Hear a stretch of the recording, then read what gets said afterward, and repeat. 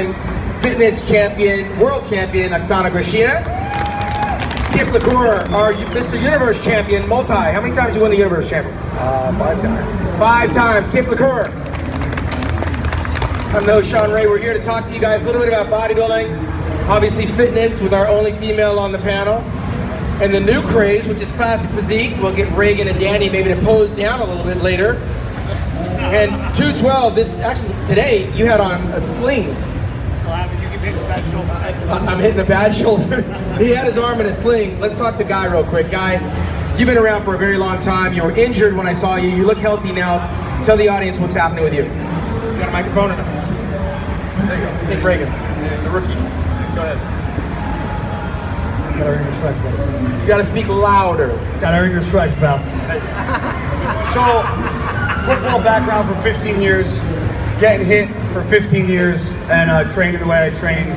Just my shoulders are banged up, so I had to get a surgery where they go in and they cut your bicep tendon away from the labrum, and then they drop the bicep tendon down with an anchor. They drill a little hole in your humerus, then they drop the bicep tendon into your humerus, so your bicep tendon and your labrum is no longer attached.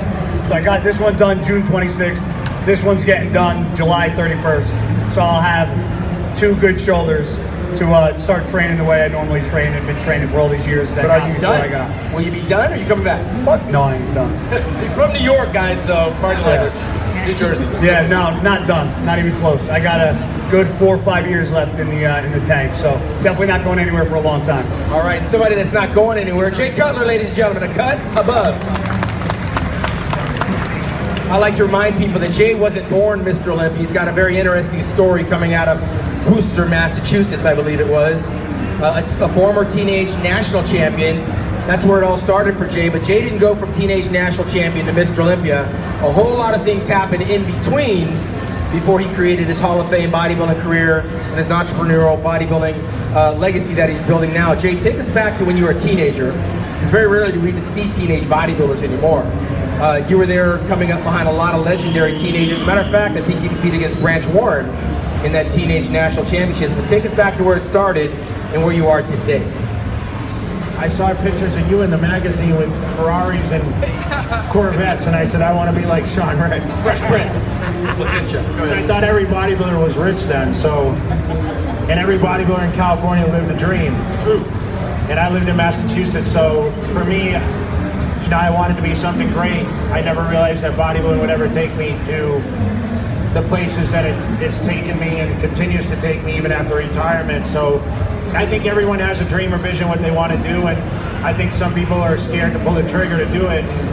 For me, it was about standing on stages and displaying what hard work and dedication I put in, you know, each day in the gym. And I was just enthused by going to the gym, and I was passionate about it. And I always tell everyone, if you're passionate about something, it's very easy to do. And I saw a picture of Chris Dickerson when I was 12 years old in a magazine, and I said that's what I wanted to look like. I started training at 18 with that goal, became a teenage national champion, worked my way through the ranks, followed people like Shawn Ray, who were on the covers of magazines at that point, and that was our only outlet, was the magazines, which is hard to believe in this day and era, because now you can watch any one of us up here minute to minute, second to second, hour to hour, like what we do, what we eat, how we train, where we are, meet and greets, these kind of things. They had no such thing as expos, so we couldn't meet our heroes.